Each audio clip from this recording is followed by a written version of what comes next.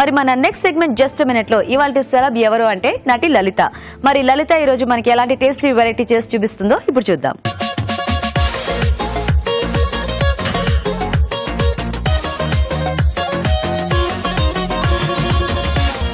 Hi, నమస్తే.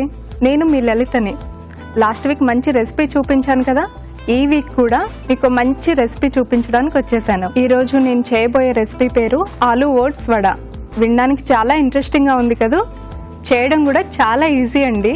మరి దానికి కావాల్సిన పదార్థాలు ఏంటో చూసేద్దాం. ఆలూ ఓట్స్ వడ తయారు చేయడానికి కావాల్సిన పదార్థాలు: నానబెట్టిన శనగపప్పు 1 కప్పు, బంగాళదుంప 1, ఓట్స్ అరకప్పు, శనగపిండి 2 టేబుల్ స్పూన్లు, తరిగిన పచ్చిమిరపకాయలు 2, తరిగిన అల్లం 1 టీ స్పూన్, జీలకర్ర 1 టీ స్పూన్, ఉప్పు తగినంత, కొత్తిమీర కొద్దిగా, నూనె డీప్ ఫ్రైకి సరిపడా. కావాల్సిన పదార్థాలు చూసేశారు కదా. ఇది డీప్ ఫ్రై కాబట్టి ఆయిల్ వేడి చేస్తున్నాను. ఆల్రెడీ నానబెట్టుకున్న శనగపప్పుని మిక్సీ చేసి పెట్టుకున్నాము. దీంట్లో ఆలు తురుము, ఓట్స్,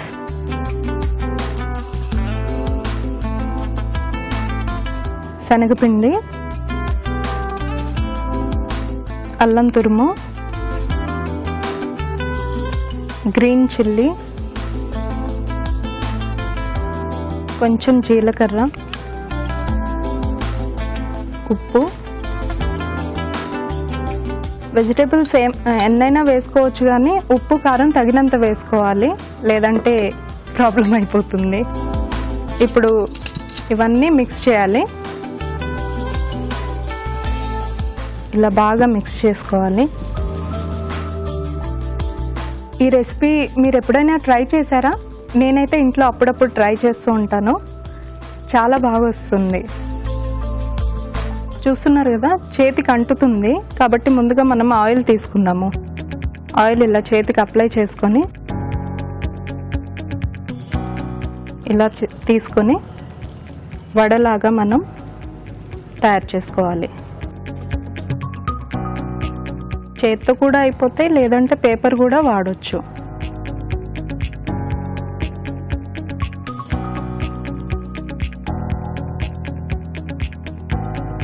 నాకు మామూలుగా స్పైసీ అంటే చాలా ఇష్టం.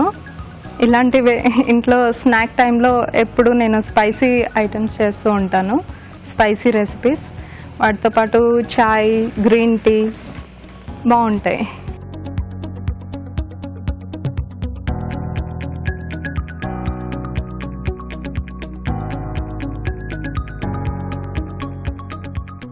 డీప్ ఫ్రై చేస్తున్నాం కదా, ఇవి గోల్డెన్ బ్రౌన్ కలర్లో రావాలి, అప్పుడు వేగిపోయినట్టు లెక్క.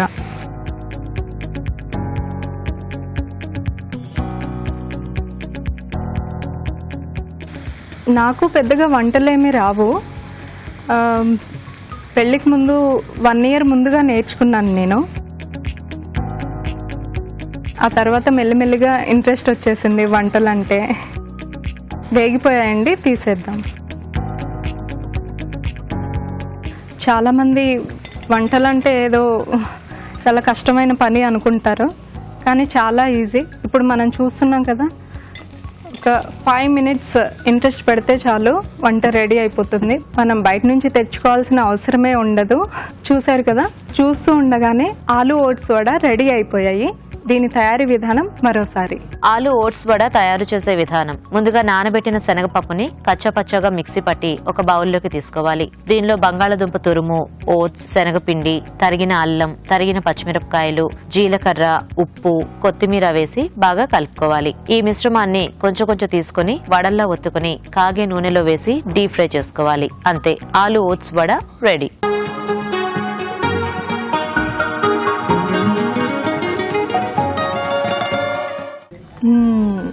ఆలూ ఓట్స్ వడ వేడివేడిగా చాలా బాగున్నాయి. నేను టేస్ట్ చేయబోతున్నాను.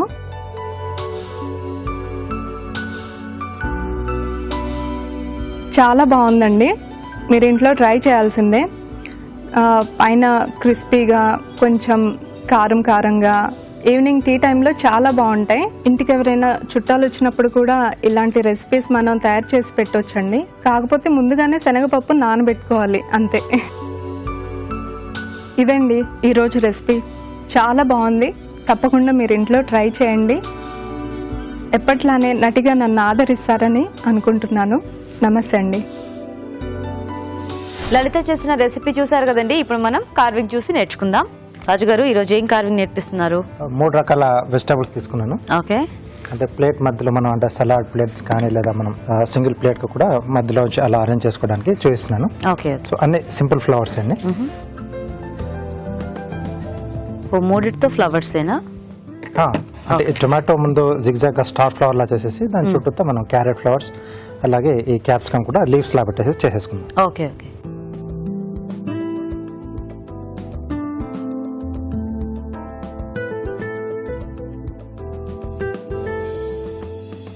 సో కొంచెం జిగ్జాగే కొంచెం అటు ఇటు వంపులు తిరిగినట్టుగా వస్తుంది. ఓకే. సో సైజుని బట్టి మనకు ఎక్కువ తక్కువగా పెటల్స్ వస్తాయండి.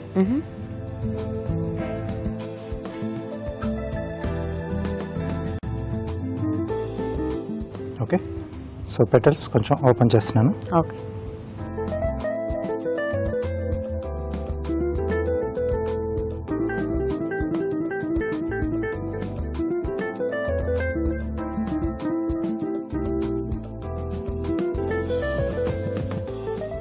సో కొంచెం రెడ్ కలర్ అంటే మనకు బాగుంటుంది, అంటే కలర్ఫుల్ గా ఉంటుంది.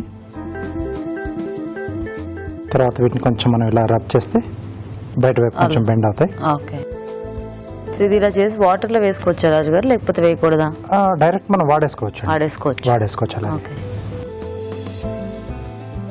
సో ఇలా ఇది మధ్యలో వచ్చేస్తుంది. ఓకే.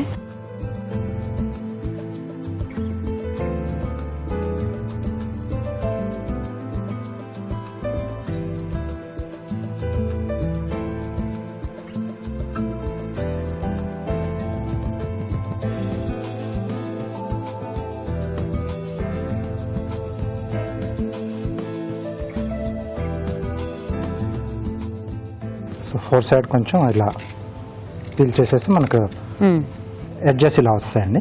Okay okay. కొంచెం ఫ్లాట్ గా చేసుకుంటున్నాను. 4 సైడ్స్ కూడా కొంచెం ఫ్లాట్ గా చేసుకుంటున్నాను. Okay okay. సో దట్ మనం ఇక్కడ నుంచి తీసుకునే పెటల్స్ ఏంటంటే కొంచెం షార్ప్ గా వస్తాయి. ఈ ఎడ్జ్ నుంచి తీసుకుంటున్నాం. ఓకే. సో ఫ్లాట్ గా కాకుండా కొంచెం షార్ప్ గా వస్తుంది. ఓకే.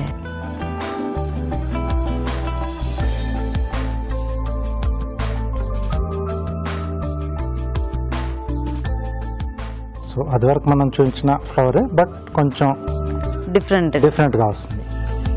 సో కొంచెం వాటికి పెటల్స్ ఫ్లాట్ గా వస్తుంది, దీనికి కొంచెం షార్ప్ గా వస్తుంది.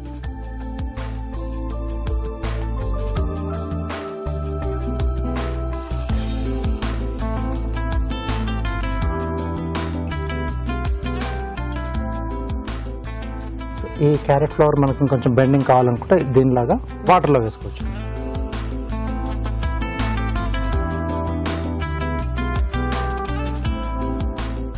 సో విడివిడిగా మనం డిఫరెంట్ ఫ్లవర్స్ ట్రై చేయడం వల్ల ఏంటంటే ప్లేట్ మనం ఫుల్ గా డెకరేట్ చేసుకోవచ్చు. ఓకే. సో అంత పెద్ద సైజ్ లో మనం కార్వింగ్ పెట్టుకోలేము కాబట్టి ఇలా చిన్న వాటితో మనం ఏరియా ఎక్కువ మనం కవర్ చేసుకోవచ్చు. సో రాడిష్ తో కూడా ఈ ఫ్లవర్స్ చేసుకోవచ్చు కదా. అంటే ప్లేట్ వైట్ గా ఉంది కాబట్టి నేను క్యారెట్ తో తీసుకున్నాను. సో క్యాప్సికమ్ తో జస్ట్ స్ట్రిప్స్ లో కట్ చేసేసి మనం డైమండ్ షేప్ లో లీవ్స్ లో మధ్యలో కొంచెం కలర్ఫుల్ గా ఉంది.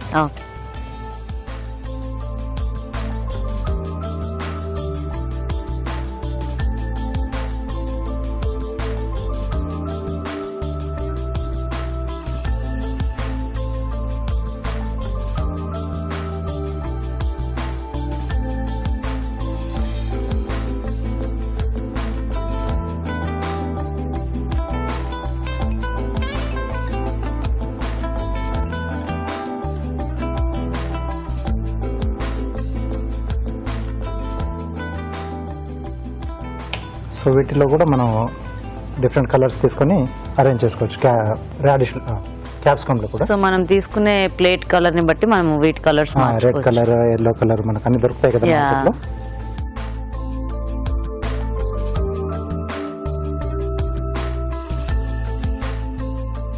సో అన్ని కూడా సింపులే, బట్ అన్నిటిని కలిపేస్తే మనకు కొంచెం డిఫరెంట్గా బాగా వచ్చింది. ఓకే ఓకే, బాగుంది కలర్ఫుల్ గా. థ్యాంక్ యూ అండి. సూపర్. ఓకే, మరి కార్వింగ్ చూసేసారు కదా, ఇప్పుడు ఒక చిట్కా చూద్దాం. మామూలుగా మనము టమోటా స్క్వాష్ అని, కచ్చప్ అని ఇలాంటివి తయారు చేసుకుంటూ ఉంటాం కదా. ఇలాంటప్పుడు హైబ్రిడ్ టమాటాలను వాడడం మంచిది. చాలామంది ఏం చేస్తూ ఉంటారంటే హైబ్రిడ్ టమాటాలు మంచివి కాదని నాటువే వాడుతూ ఉంటారు. అంటే దేశీ టమాటాల్లో గింజలు ఎక్కువగా ఉంటాయి, ఇందులో గింజలు తక్కువగా ఉంటాయి. కాబట్టి హైబ్రిడ్ టమాటాలను కనుక ఇలాంటి వాటికి వాడినట్లయితే గింజలు తక్కువగా ఉండడం వల్ల మనము ఆ స్క్వాష్ కానీ, కెచప్ కానీ ఈజీగా తయారు చేసుకోవచ్చు.